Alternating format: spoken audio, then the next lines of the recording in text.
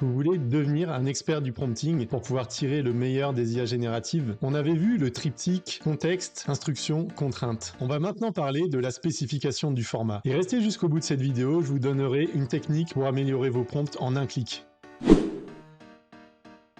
Les IA génératives adaptent leurs réponses en fonction de l'expression de votre besoin. Et définir un format de réponse précis peut parfois faire gagner beaucoup de temps. Penchons-nous sur quelques exemples. Ici, j'ai repris notre exemple précédent de consultant technique chargé d'aider une PME à choisir la meilleure méthode d'impression 3D. Et je vous ai montré ce que ça donnait sur Mistral, donc le concurrent français de ChatGPT. Ici, je lui demande tout simplement, dans le format attendu, de me répondre avec une liste de bullet points qui précise le nom de chaque technologie et pour chacune d'entre elles, les caractéristiques attendues. Et on voit bien qu'il m'a donné à chaque fois le nom de la technologie, les avantages, les inconvénients et le cas d'usage. Ça pour chaque technologie. Ce qui est intéressant, c'est d'aller un peu au-delà pour voir s'il y aurait des formats qui seraient plus faciles à traiter, soit par l'humain, soit par la machine. Premier exemple ici, le format tableau. Donc là, j'ai interverti le format et la contrainte, ça me semblait plus logique de le mettre dans ce sens, puisque je lui demande de me renvoyer un tableau avec une ligne pour chaque technologie, et dans les contraintes, de ne renvoyer que le tableau et rien d'autre pour éviter d'avoir du texte autour de ce tableau-là et vraiment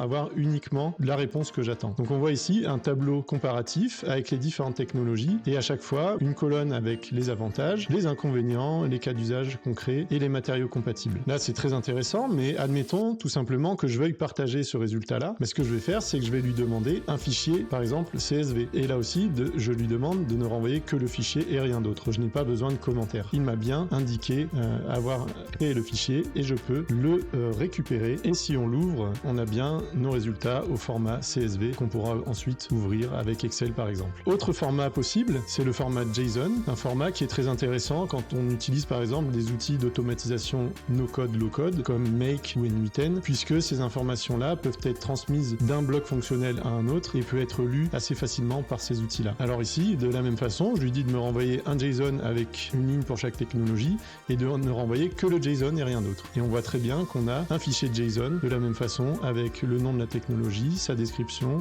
les avantages, inconvénients, le cas d'usage, des exemples concrets et les matériaux compatibles. Voilà, ce sont quelques exemples, mais vous pouvez vraiment tester tout type de sorties, comme des PowerPoint, des fichiers Word, des XML, comme vous le souhaitez. La liste est vraiment longue et c'est à vous de définir votre besoin. Malgré toute cette théorie, on peut toujours s'améliorer et avoir un prompt plus efficace. Et pour ça, OpenAI vient de sortir son optimisateur de prompt. Je vous mettrai le lien pour y accéder en commentaire.